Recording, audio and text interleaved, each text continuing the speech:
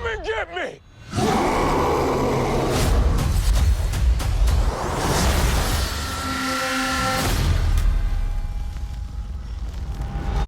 Hello everyone, welcome to another movie review. I just got done seeing Captain America: Brave New World. Before I review this movie, I just want to say rest in peace to William Hurt, who played Thaddeus Ross in the MCU before. This movie, for whatever reason, did not include any sort of moment or even any simple text in the credits at the end of, you know, in memory of William Hurt, which I felt was kind of weird. I was kind of waiting for that, actually, at the end. Similar to what they did with, you know, Chadwick Boseman. Obviously, that was a bigger character. But it just felt weird to me that they didn't include that. Like, maybe they forgot. I don't know. Because he's a great actor, you know. I know Thaddeus Ross isn't, like, a huge character or anything like that up until this point. But William Hurt, you know, played the character way back in 2008, you know, the first year of the MCU, and then he came back and played him a couple more times. I want to say he showed up in like 5 movies, and they don't even say anything, like I said. So I just wanted to start the review with that. If you've never seen the movie he won an Oscar for, definitely check it out. It's called Kiss of the Spider-Woman. I watched it a few years ago. And no, it has nothing to do with Marvel. I know I said Spider-Woman. It has nothing to do with Marvel. But it's a very good movie. Definitely check it out. He definitely earned that award. And one more thing before I review this movie. You could fast forward a little bit if you want, but I wanted to address something to my regular viewers in terms of my movie reviews and a little change I'm going to start doing. So if you guys are a regular viewer of mine, you know that when I review movies, I typically give very generous scores. Like, 2 examples that come to mind are Morbius and Madam Web. Why those 2 movies, I wonder? Why those 2 movies?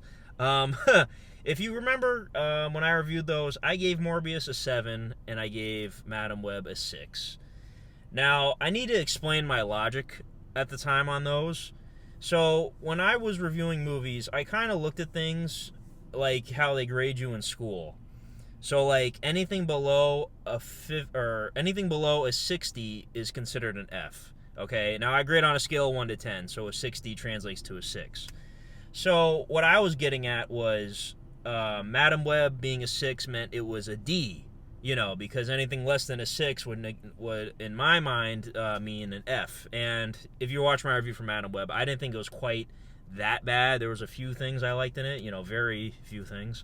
And then Morbius, in my mind, a 7 translates to, like, you know, a 70, a C minus or whatever. And again, Madam Web would have been like a D minus, a 60, whatever.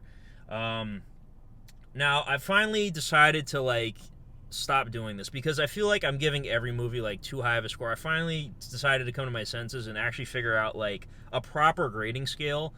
So I still grade things on a scale of 1 to 10.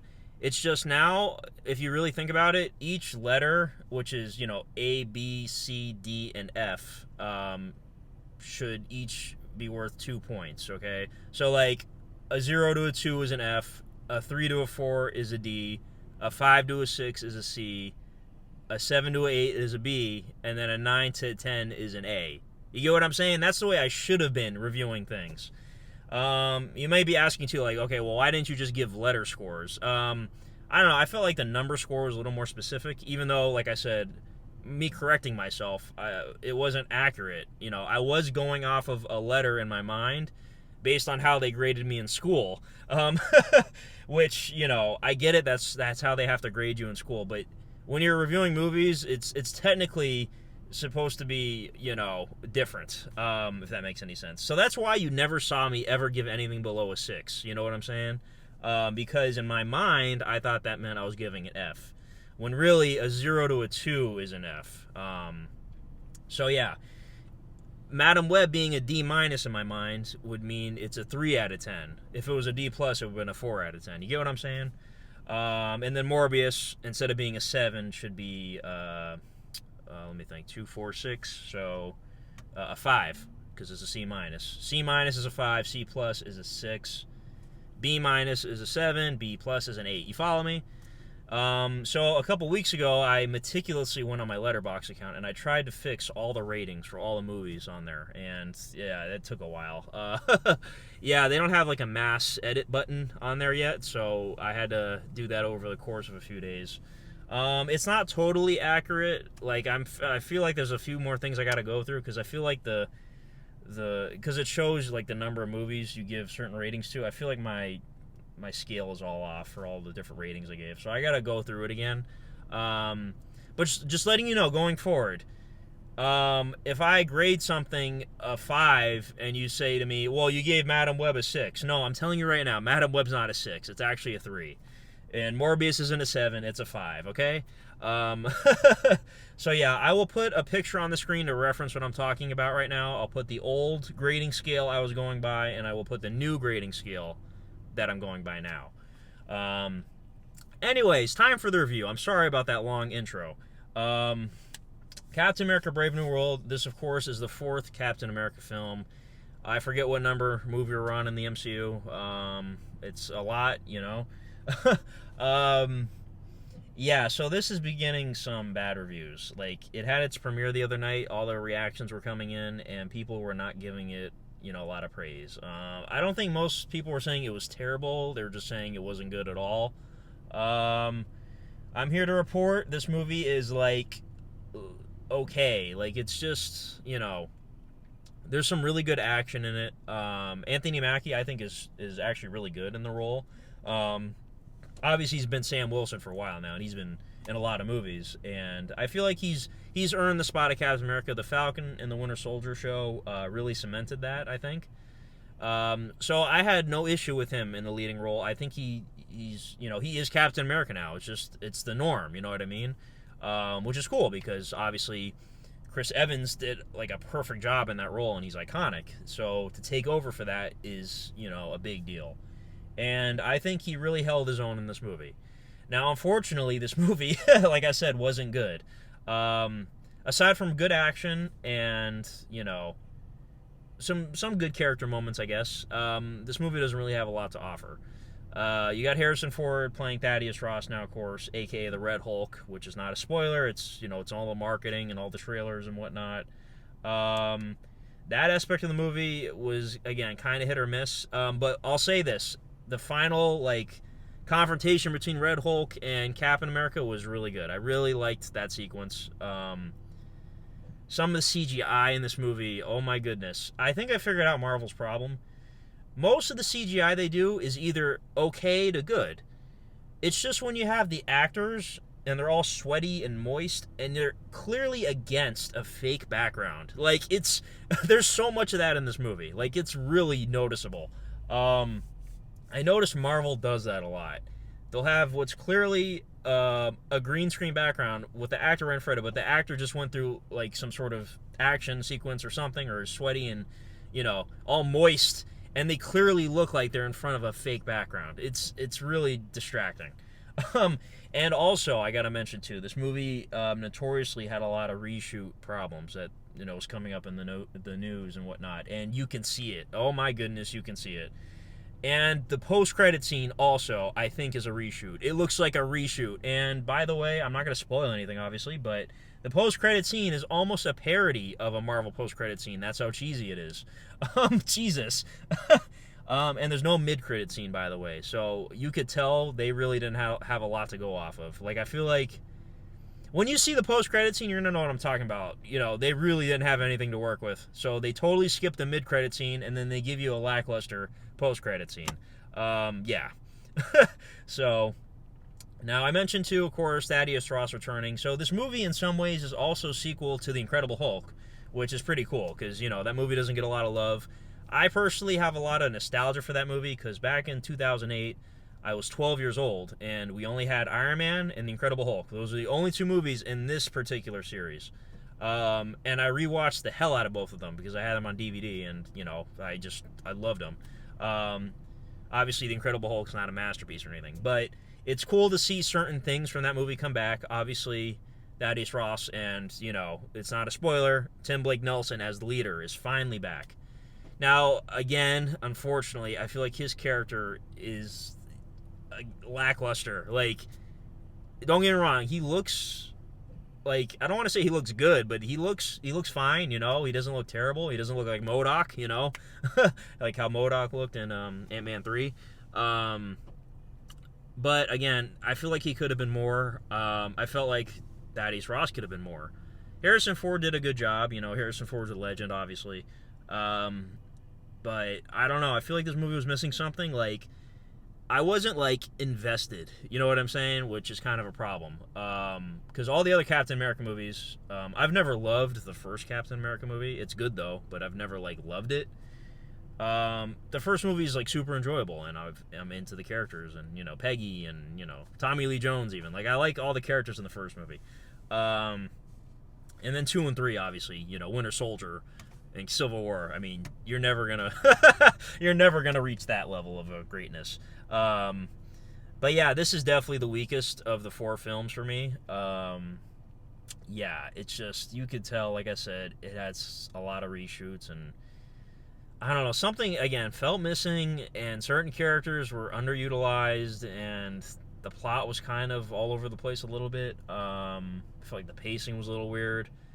I felt they were like focusing on certain characters at times too much, and then they don't really have anything to do at the end. It was very weird. I'm not going to elaborate on it, but yeah. And I like too Joaquin Torres, the new Falcon, I guess. He's very entertaining. Of course, he was in the TV show. And he was fun in this movie. Like, I really enjoyed him. He's sort of the comedic relief. And again, there's that Marvel humor that doesn't always work, but I feel like most of his stuff did work. But yeah, as a rating, I'm thinking, you know, I'm gonna explain again like I did earlier, C- territory. So I'm gonna give this a 5 out of 10. Yeah, I wish it was better, but it is what it is. You know, again, really good action. Not all the action's great, but most of it is really good. There's some good stuff with Giancarlo Esposito in there too, as you've seen in the trailers. And then, you know, they have the Celestial from Eternals, which again, I like Eternals. I know most people don't. Yeah, I like that they brought that back finally, and it actually brings up a new thing, which is cool. You'll see what I mean. It brings up a new thing in this world, that being there. So yeah, it was cool to see that finally get a callback, and that sequence was cool too. You know, there's an action sequence there, and they did film certain scenes with IMAX cameras. I went to the IMAX 5 p.m. early showing thing they had, and those scenes looked good in IMAX. Like, don't get me wrong, it's shot well. There's definitely also like I want to say like a 70s sort of style going on with like the opening titles and the Marvel logo even at the beginning. They kind of did that in one of the trailers too. They kind of did like a throwback 70s spy movie, espionage movie kind of deal. And there's certain shots in the movie that have that feel to it, but they don't like commit to it. Like, this movie doesn't feel like a 70s movie or anything like that. There are little moments of it, but it's like, if you're gonna go all the way, go all the way. Like, I would have loved to seen a stylized movie like that. You know what I'm saying? But yeah, again, I don't know. I feel like this movie was kind of a mess. I don't know what the reshoots, what happened, why they had to do certain things or go back and change things. I don't know what happened. But knowing, like, how films are supposed to be made with the director's vision and whatnot, like, I know this is a big studio movie and it's part of the biggest franchise in the world, but, like, you take away the art form of filmmaking when you have to go back and do fucking reshoots for, you know, whatever, like, you know what I'm saying, to appease to whatever future thing you're doing in your giant franchise. Like, you know what I'm saying? It's not like it's not really like actual filmmaking at that point. But and then I know there's actually reshoots in general that sometimes films have to do for whatever reasons. Maybe they needed an extra scene here or whatever, or some of the takes weren't good or something, or maybe the film got lost. I don't know. But, like, you know what I'm saying? Like, these big budget movies, when they do these reshoots, it's not a director's vision. It's the studio wanting to change things, and you know what I'm saying. So anytime I hear about that stuff, I'm just like, man, that's sad. You know, I'm not familiar with the director, by the way. At least I don't think I am. I don't recognize the name. I forget the name. But yeah, and then, you know, it is a Marvel movie, so you're gonna have some surprises in there. Again, the surprises were just fine. Nothing. This movie is like totally, just whatever. Like it's mid. It's meh. 5 out of 10, like I said. So yeah. Anyways, let me know your thoughts on the film in the comments. Drop your ranking below of the 4 films. If you want to include Falcon and the Winter Soldier, feel free to. I'm probably gonna put this below that movie or that show as well. To be honest. So yeah. For me, it's Civil War is the best, then Winter Soldier. I can't remember if I have the Captain America 1 or TV show next, but it's on my letterbox to go check it out. But yeah, 5 out of 10, guys. So, anyways, thank you for watching. I'm trying to think of what the next movie I'm seeing is that's coming out. I definitely want to see Novocaine with Jack Quaid. I know that's next month. But in terms of this month, I don't think there's anything else I'm going to see.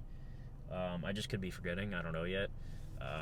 Yeah. I'm very tired, by the way. I woke up really early today, so I need to go to sleep. Maybe that's another reason I didn't, I wasn't fully invested in the movie. I'm very tired right now. But yeah. Anyways, thanks for watching, and have a good one. Bye-bye.